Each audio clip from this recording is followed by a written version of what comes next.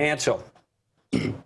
Well, please go into it right now. I was going to give you a toss, Aaron. Well, what we found out, we interviewed Barb Peterson of Farm Wars, and in the first film we covered an aluminum-resistant seed, and of course aluminum is falling into our soils, contaminating our soils. But Barb called me up and she said, you know what, I think I found something that's more compelling, that's completely related to geoengineering. So we talked to her and we found about some studies. EPA is stating that by 2030, we will see a 50% increase in crop loss due to abiotic stress. And this is very significant.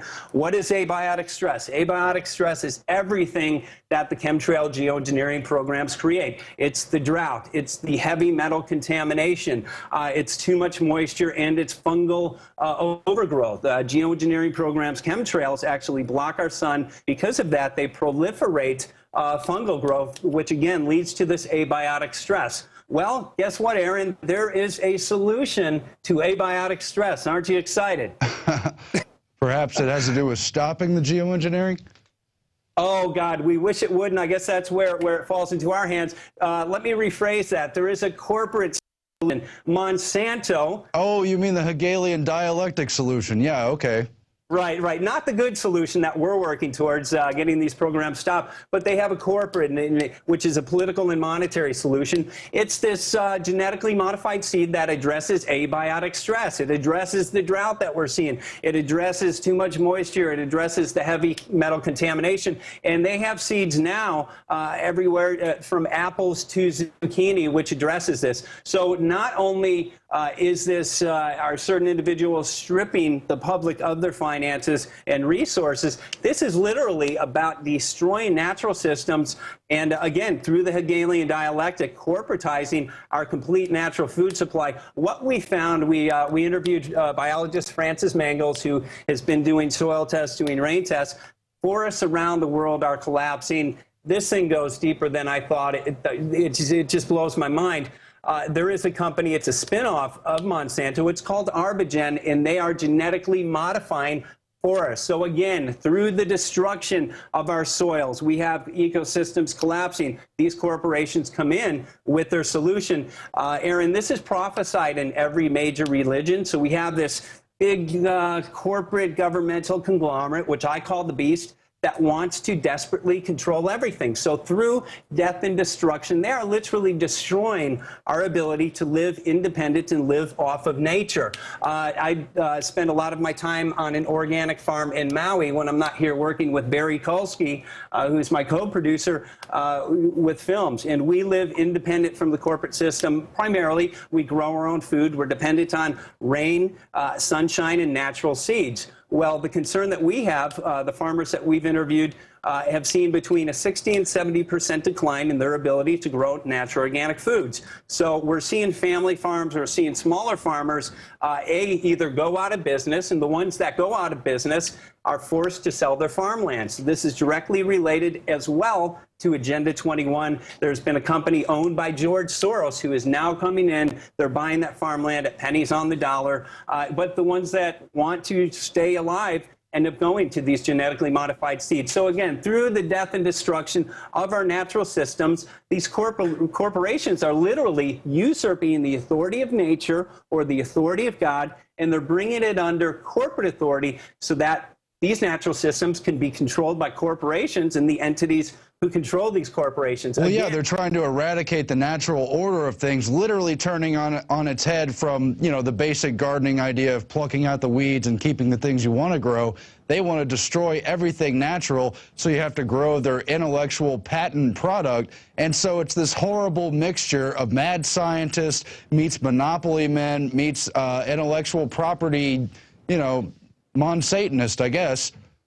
Satan. And Aaron, this comes down to the real basic premise. This conglomerate, the people behind this, they want to be life. They want to be the source of life, and through genetic modification, they are. Now, if we allow them to continue this, and if we allow them to continue to corporatize every natural system, they will have complete control over our food supply. That gives them complete control over the population. It gives them complete control over the world. And geoengineer David Keith made a statement about 2 years ago. He stated, geoengineering gives man godlike power. These people are literally playing God. And again, they're selling this to the public as, you know, some of you are going to be really affected in a negative way. Geoengineers state that if they implement these programs, there will be droughts in Africa and Asia. And geoengineers are having this dialogue. They're stating, how do we deal with this issue of equity in terms of the people who are losers? How do we deal with that? How do we compensate the countries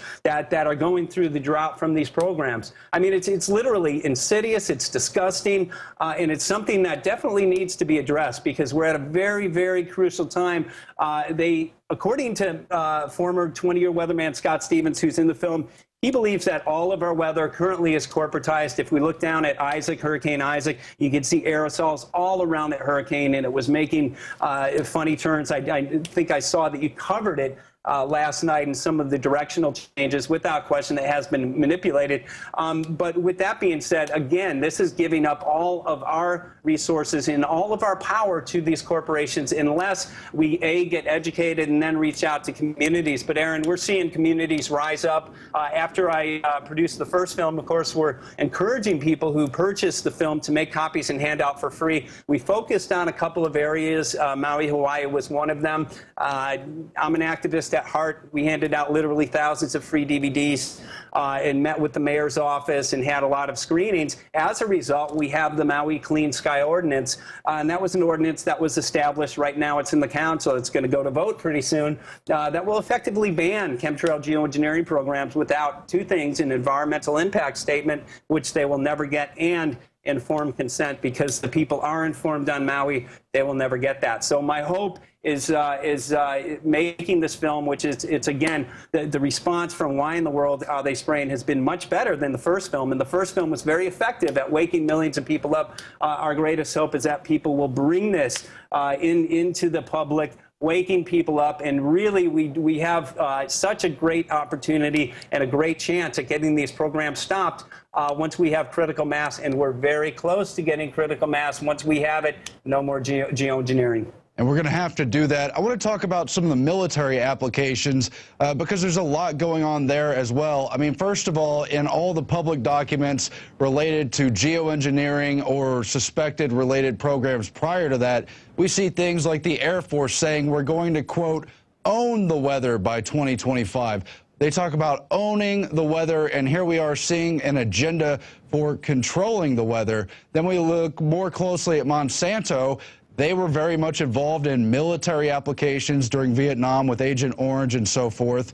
And then we see so many former secretaries of defense, major people from the Pentagon serving as CEOs or top advisors at Monsanto and related companies. How much does this have to do with direct military intervention? Is this war by other means? Oh, it definitely is. And interviewing Dr. Nick Baggage, of course, his brother is a senator in Alaska. You know, he explained to us what many of us are aware of here on INFOWARS. The military is controlled by corporations. Our government has been hijacked. So, but initially, I think weather control had good motives, you know, back 100 years ago, and it was to help people who were having droughts. But now we have it in this technology that has been put into the hands of militaries. And militaries were interested at first, I think, to protect their countries. Owning the weather by 2025 is a stated goal of our military. And in the paper, it talks about the weather acting as a force multiplier. So the ability to control weather, you can literally cripple an enemy's supply lines like they did in Project Popeye in the Vietnam War, where through the use of this technology, they actually flooded out the Ho Chi Minh Trail with a very high amount of rain. If you can cripple the enemy by creating weather events so they can't get their airplanes off of the ground. It's a very effective weapon. Or in the case of what looks like Iran, they're literally, Ahmadinejad came out and he said Western countries were using weather control to create droughts in our country. If you create droughts in countries, this technology could be used literally to create instability in certain countries. So again, militaries have been interested in this. There was a treaty called the NMOD Treaty. It was made, it was put in place back in 1972 or 73, and it prohibited the use of this technology using the weather in warfare applications. Dr. Nick Begich explained to us an exemption with this treaty, and the exemption is this. Countries can use this technology over their own soil. So Scott Stevens, former weatherman, explained to us, you can literally manipulate weather or manipulate a jet stream and have effects to the weather several thousand miles away, and that's exactly what's going on. And by the way, that's why we saw the Council on Foreign Relations when they hosted Ken Caldera and David Keith debating the question, can we ethically or in terms of international relations get away with unilateral geoengineering? That's right, and they are talking about forming global governance to monitor these programs. They're stating, you know, once we start, of course, they have started, who gets control of the thermostat? You know, they said you could imagine there would be wars. So, of course, we have to consolidate an enormous amount of political power into our hands. Yeah, our hands. We would be the good stewards of this. The answer is quite simple. God-like power in the hands of these fools? No, we're not going to accept it.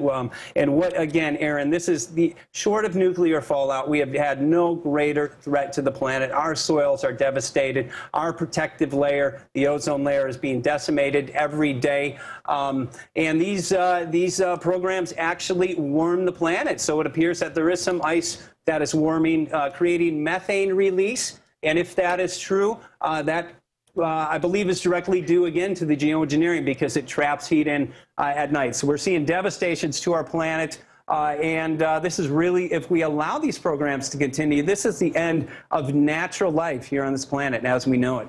I just want to point out to people who are new to this issue, I've investigated it, you've investigated it. There are mountains of documentation. When you talk about stuff like the military using weather in Vietnam or in other areas where they want to disrupt the enemy, that is not speculation. It's documented. If you think they're going to introduce weather control so that it doesn't rain during Olympic ceremonies, you'd better believe they're going to use it in a war context. If they're going to do that, they're going to use it against the general population as well. It's been done throughout history.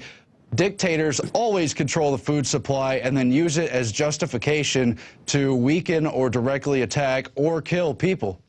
And we are the enemies in this case, the people that live off of nature. The way that we live in Hawaii, we do not support the corporations. Of course, they want all the power, so they're destroying our natural way to live. An interesting thing, Aaron, what we uncovered in the film, many people have began noticing and started calling us, stating, why is it snowing in the 40s? Why is it snowing in the lower 50s? And I called Scott up and he said, you know what?